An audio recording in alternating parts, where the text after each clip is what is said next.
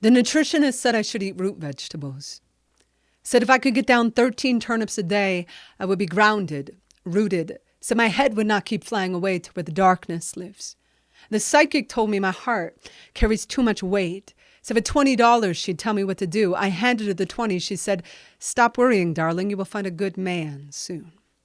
The first psychotherapist said I should spend 3 hours a day sitting in a dark closet with my eyes closed and my ears plugged. I tried it once, but couldn't stop thinking about how gay it was to be sitting in the closet. The yogi told me to stretch everything but the truth. So to focus on the out-breath. Said everyone finds happiness if they can care more about what they give than what they get. The pharmacist said Klonopin, Lamictal, Lithium, Xanax. The doctor said an antipsychotic might help me forget what the trauma said. The trauma said, don't write this poem. Nobody wants to hear you cry about the grief inside your bones. But my bones said, Tyler Clemente dove into the Hudson River convinced he was entirely alone. My bones said, write the poem. To the lamplight, considering the riverbed, to the chandelier of your faith hanging by a thread, to every day you cannot get out of bed, to the bullseye of your wrist, to anyone who has ever wanted to die. I have been told sometimes the most healing thing we can do is remind ourselves over and over and over other people feel this too. The tomorrow that has come and gone, and it has not gotten better. When you are half finished writing that letter to your mother that says, I swear to God I tried, but when I thought I'd hit bottom, it started hitting back. There is no bruise like the bruised loneliness kicks into the spine. So let me tell you, I know there are days when it looks like the whole world is dancing in the streets while you break down like the doors of their looted buildings. You are not alone and wondering who will be convicted of the crime of insisting you keep loading your grief into the chamber of your shame. You are not weak just because your heart feels so heavy.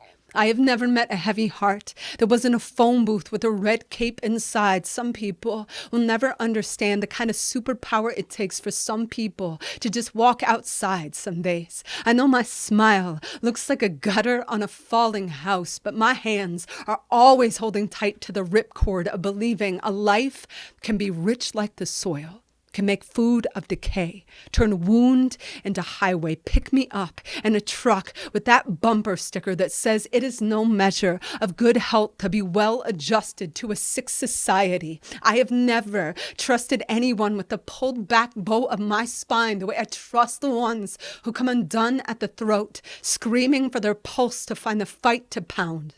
4 nights before Tyler Clemente jumped from the George Washington Bridge, I was sitting in a hotel room in my own town, calculating exactly what I had to swallow to keep a bottle of sleeping pills down. What I know about living is the pain is never just ours. Every time I hurt, I know the wound is an echo, so I keep listening for the moment when the grief becomes a window, when I can see what I couldn't see before through the glass of my most battered dream. I watched a dandelion lose its mind in the wind, and when it did, it scattered 1,000 seeds. So the next time I tell you how easily I come out of my skin, don't try to put me back in. Just say, here we are, together at the window, aching for it to all get better, but knowing there is a chance our hearts may have only just skinned their knees. Knowing there is a chance the worst day might still be coming. Let me say right now for the record, I am still going to be here, asking this world to dance, even if it keeps stepping on my holy feet. You stay here with me, okay? You stay here with me, raising your bite against the bitter dark, your bright longing, your brilliant fist of loss. Friend, if the only thing we have to gain in staying is each other, my God, that is plenty.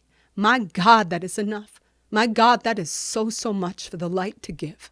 Each of us at each other's backs, whispering over and over and over, live, live, live.